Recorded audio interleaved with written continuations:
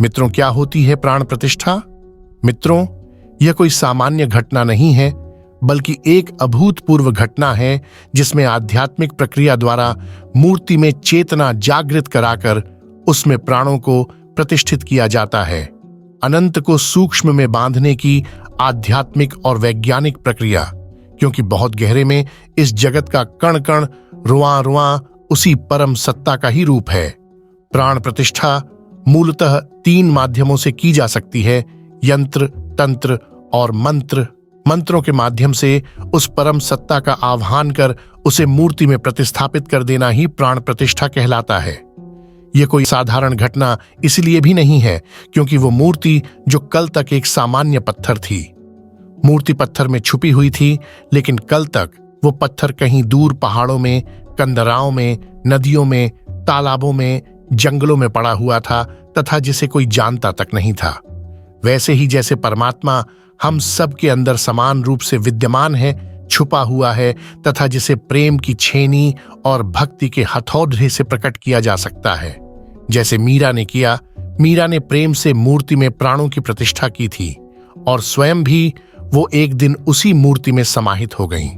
हरि व्यापक सर्वत्र समाना, प्रेम ते प्रकट होए मैं जाना।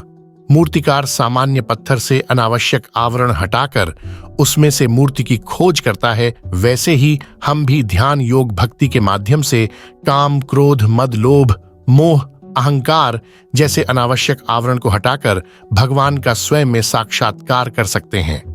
प्राण प्रतिष्ठा यानी प्राण प्रतिष्ठित होने के बाद जो मूर्ति यह पहले थी वह अब नहीं रह गई है, क्योंकि अब यह पूरी तरह संजीव हो चुकी है। अब यह देख सकती है, सुन सकती है, खा सकती है। अब इसे भूख भी लगती है, अब इसकी संवेदनाएं भी है।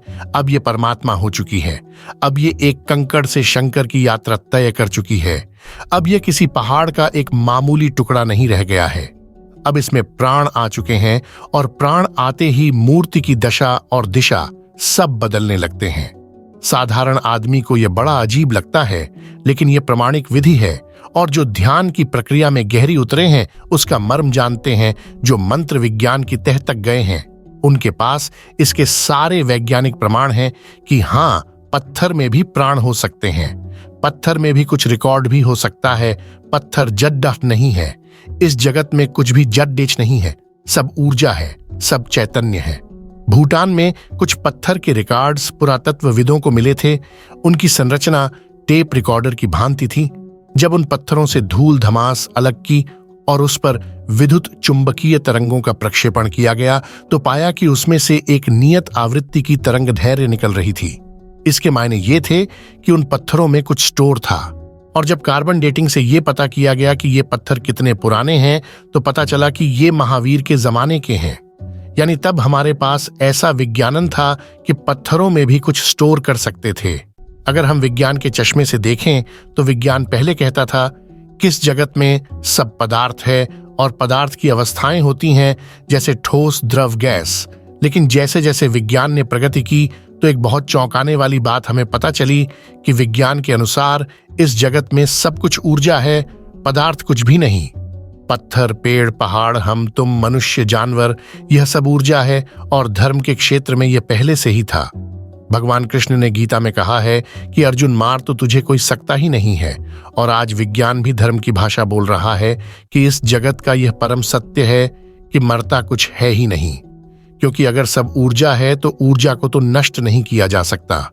नहीं तो विज्ञान का ऊर्जा के संरक्षण का सिद्धांत ही खत्म हो जाएगा, जो कहता है कि ऊर्जा न तो कभी मरती है और न कभी उत्पन्न होती है, बस इसका रूपांतरण, ट्रांसफॉर्मेशन संभव है।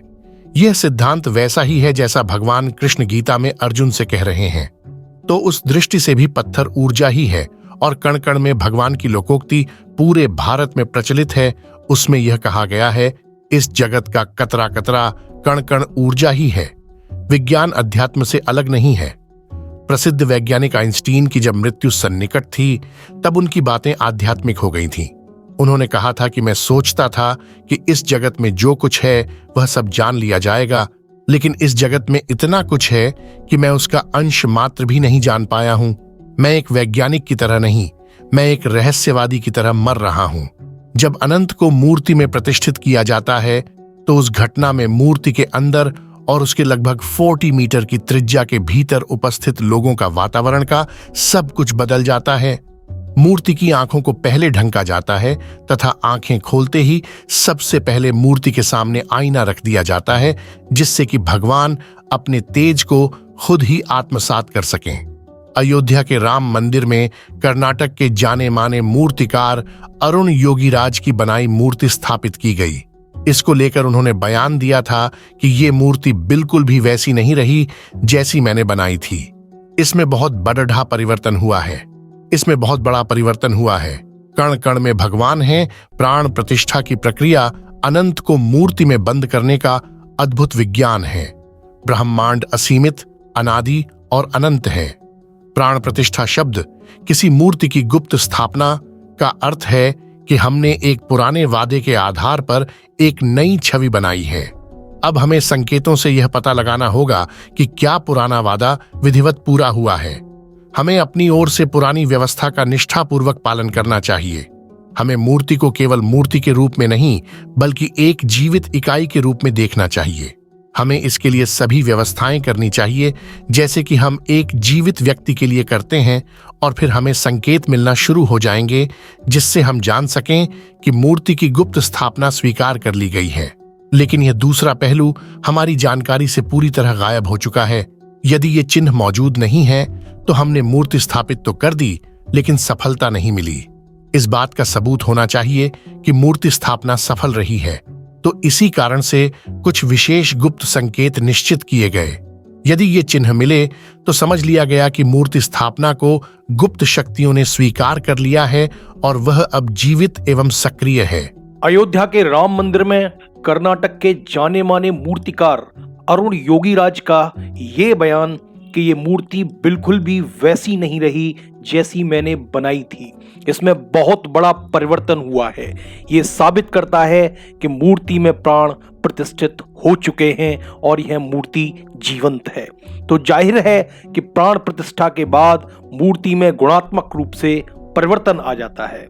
उसकी पूरी प्रकृति ही बदल जाती है। अब वो सामान्य पत्थर नहीं है, अब उसमें अनंत का प्रवेश हो चुका है। उसमें स्वयं मर्यादा पुरुषोत्तम श्री राम विराज चुके हैं। इसीलिए अरुण योगीराज का अनुभव अयोध्या में रामलला की मूर्ति को देखकर ऐसा रहा है। ये विचार श्री एन.के. गोस्वामी जी एडवोकेट के साक्षात्कार से लिए गए हैं, जिनमें उनसे पूछा गया था कि प्राण प्रतिष्ठा के क्या मायने हैं। मित्रों, अगर ये वीडियो अच्छा लगा हो तो लाइक तथा शेयर करें और चैनल को सब्सक्राइब करें। धन्यवाद।